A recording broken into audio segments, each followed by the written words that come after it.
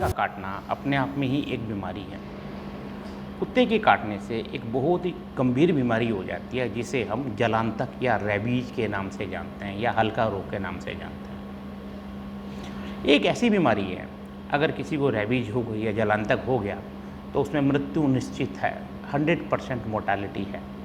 लेकिन इस बीमारी से बचा जा सकता है। कैसे बचें?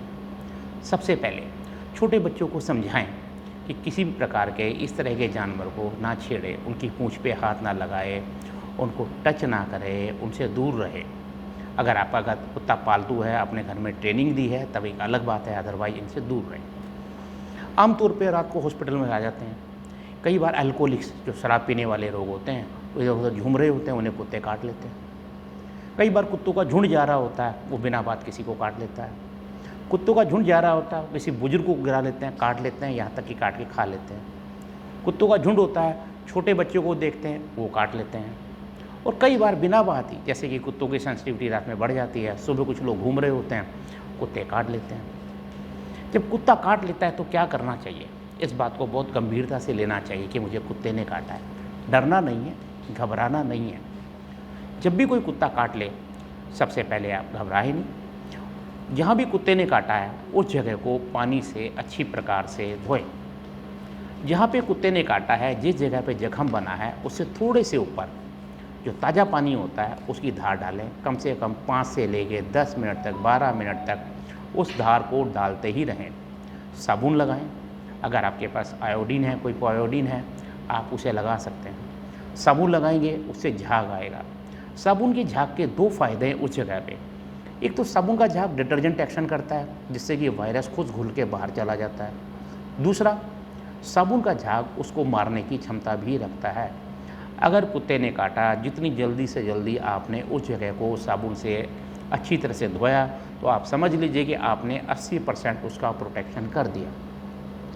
कुत्ते के घाव पे किसी भी प्रकार का नमक, मिर्च या कोई खटाई या कोई गोबर या किसी भी प्रकार की इस तरह की चीज़ ना लगाएं, क्योंकि हम ये मान के चलते हैं कि कुत्ते को रेबीज हो सकती थी, हल्का रोग हो सकता था। हल्का रोग क्या होता है? एक वायरस से होता है जो कुत्ते की लार से निकलता है। जब कुत्ता काटेगा, उसके दांत गड़ेंगे, तो हो सकता है उसकी लार अंदर चली जाए और उसका वायरस हमारे शरीर में जा सकता है। ऐसा माना जाता है। जब कुत्ता काटता है तो जहाँ पे घाव होता है, वायरस थोड़े समय तक वहीं रहता है और फिर धीरे धीरे आगे बढ़ता है।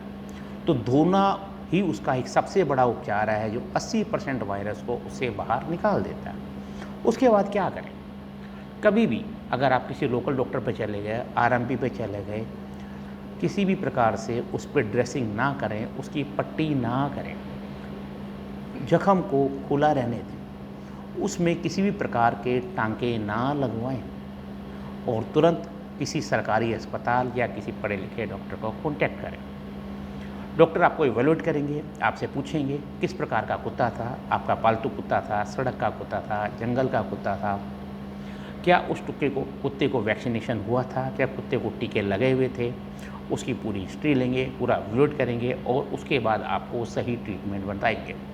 आपको टिटनेस का टीका लगेगा, वुंड ज़्यादा है, एंटीबायोटिक दी जाएगी और कुत्ते काटने के टीके जो होते हैं वो आपको सरकारी अस्पतालों में मुफ्त लगाए जाएंगे। तो सबसे बड़ी चीज़, अभी वायरस आता कहाँ से है? कुत्तों में रेबीज हो कहाँ से जाती है? हम लोग ऐसा मानते हैं कि रेबीज एक जंगल में जानवरों की बीमारी है। जो मैमल्स होते हैं, जो इस तरह के जानवर होते हैं, कुत्ते, वॉल्स, सियार, लकड़बग्गा, ये बीमारी इस तरह के जानवरों में होती रहती है। उन लोगों में साइकिल मेंटेन रहती है, मरते रहते हैं, आगे बढ़ती रहती है। जंगल से जो लगे हुए गाँव हैं, वो कुत्ते वो गाँव के कुत्तों के साथ मिलते रहते हैं। उस तरह के कुत्ते जैसे जानवर गाँव के कुत्तों से मिलते रहते हैं और वो जो वाइल्ड वायरस डिजीज़ है, वाइल्ड रेबीज है, वो वहाँ से गाँवों की तरफ बढ़नी शुरू हो जाती है। वो वहाँ से बढ़ती हुई शहरों की तरफ चली जाती है और इस प्रकार से वो डिजीज़ वहाँ पे आ जाती है। ऐसा माना जाता है और ज़्यादातर ऐसे ही होता है। तो मैं फिर कहूँगा कि रेबीज एक ख़तरनाक बीमारी है। अगर रेबीज हो गई तो उससे बचना बहुत मुश्किल है। सरकारी जगहों पर आप जाएं, आपको टीके मुफ्त मिलेंगे। अगर कुत्ता काट ले तो घबराएं नहीं, सबसे पहले वुंड को धोएं, धोने के बाद तुरंत अस्पताल में जाएं, 80% बचत हो जाएगी। अगर एक बार रेबीज हो गई तो मृत्यु निश्चित है। इसलिए रेबीज से बचें और कुत्तों से अनावश्यक रूप से अगर कोई दूरी है तो उसे बनाए रखें। सर यहाँ पे ना दो कुत्ते देखने को मिलते हैं, जैसे कि कवारा कुत्ते हो गए, किसी घर में रखा हुआ, उसमें काटने में कोई डिफरेंस है बीमारी का? देखिए, एक जो आवारा कुत्ते हैं, वो तो किसी भी प्रकार से उन्हें रेबीज कभी भी लग सकती है। किस कुत्ते से कॉन्टैक्ट हुआ हमें नहीं पता। जहाँ तक घरेलू कुत्ते हैं, और घरेलू कुत्ते भी दो तरह से होते हैं। आपने कुत्ता लिया, उसका ट्रीटमेंट कार्ड बनवाया, वैक्सीनेशन कार्ड बनवाया, लगातार डॉक्टर को दिखाया और उसका वैक्सीनेशन कराते रहे, उसकी बूस्टर डोज भी लगाते रहे हर साल, और एक कार्ड मेंटेन है। इस बात में कोई शक नहीं, उन कुत्तों से रिस्क कम होता है। लेकिन अगर एक बार कुत्ते ने काट लिया तो उसकी गहरी जांच करनी ज़रूरी है, वो कुत्ता पूरी तरह से वैक्सीनेटेड था या नहीं था। अगर वो कुत्ता आपको मिल नहीं रहा है या उसका कार्ड नहीं मिल रहा है, तो हम ये मान के चलेंगे कि उस कुत्ते से भी बीमारी हो सकती है। इसलिए प्रॉपर रूप से टीकाकरण कराना ज़रूरी होगा। सर एक देखने में आया, एक पुरानी कहावत बनी हुई है, जैसे किसी के घर में किसी का कुत्ता रखा हुआ है, उसको वो कुत्ता काटने के बाद घर वालों से वो मिर्ची लगवाते हैं और भी कुछ लगवाते हैं, उसमें क्या मतलब कि उसमें गुड गुड मैसेज होता है कि नहीं होता है, कि उसका कोई साइड इफ़ेक्ट होगा या नहीं होगा, इसमें क्या होगा? देखिए, फिर मैं कहूँगा वैज्ञानिक तौर पे जो एक रेबीज़ बीमारी है वो कुत्ते की लार से फैलती है, उसमें कुत्ते का वायरस होता है। जब कुत्ता काट लेता है तो वहाँ पे घाव बन जाता है। अब आप किसी घाव पे नमक लगाएं, मिर्ची लगाएं, वो इरिटेट हो जाती है, उससे खुजली होने लगती है, दर्द होने लगता है, आदमी खुजाने लगता है, उसे पता नहीं चलता और खून लगने लगता है, और वो कुल मिला के उससे नुकसान होता है। ये वैज्ञानिक युग है। आज से 100 साल पहले गाँव में इस तरह की चीज़ें होती थी, 50 साल पहले भी होती थी। इन चीज़ों से ऊपर उठना चाहिए, इसका पूरा पूरा इलाज है। हमें रेबीज़ नहीं होने देनी है। सारी सरकारी अस्पतालों में आप जब मर्जी आएँ, दिखाएँ और अपना टीकाकरण करें। डॉक्टर साहब, एक ये पहचाना जा सकता है भी कुत्ते को रेबीज बीमारी का ये शिकार है? देखिए, जब कुत्ते की रेबीज़ थोड़ी बढ़ जाती है तो उसके लक्षणों से पहचान की जा सकती है। वेटरनरी डॉक्टर्स आसानी से पहचान लेते हैं, यहाँ तक कि जो कुत्ते के ओनर होते हैं वो भी उसको पहचान लेते हैं। अब कुत्तों में रेबीज़ दो तरह की होती है। एक तो ये जो कम होती है, कुत्ते को रेबीज हो गई, वो चुपचाप अंधेरे में चला गया, ना खा रहा है ना पी रहा है, बिल्कुल सुस्त होकर पड़ा रहा। ये रेबीज सबसे ज़्यादा खतरनाक है, ये वाली कुत्ते की रेबीज। क्यों? क्योंकि कुत्ते को मालूम कि मालिक को पता ही नहीं कि उसे रेबीज हो गई। वो उसे खाना देने जाएगा, पानी देने जाएगा, उसकी सेवा करेगा, हो सकता है उसकी सलाइवा उसे टच हो जाए। लेकिन उसके होने के बाद 2, 4, 5 दिन बाद और कुत्ते के अंदर गंभीर रूप से लक्षण आने लगते हैं और कुत्ता जैसे कि हम कहते हैं शेर बन गया। उस कुत्ते की आवाज़ बदल जाती है, भौंकने का आवाज़ बदल जाती है। क्यों? क्योंकि जो उसके गले में मसल्स हैं, जो उसमें नर्व्स हैं, वो अफेक्टेड हो गई।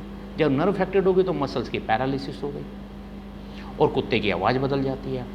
कुत्ता इधर उधर बिना बात भागता रहता है, कभी भी वो सीधी लाइन में नहीं चलता है, उसके मुंह से राल टपकती रहती है और उसको जो भी कोई चीज़ आती है वो उसे काटने लगता है। कोई लकड़ी का टुकड़ा आ गया, यहाँ तक कोई खंभा, कोई भैंस की टांग, कोई दूसरा कुत्ता, कोई आदमी।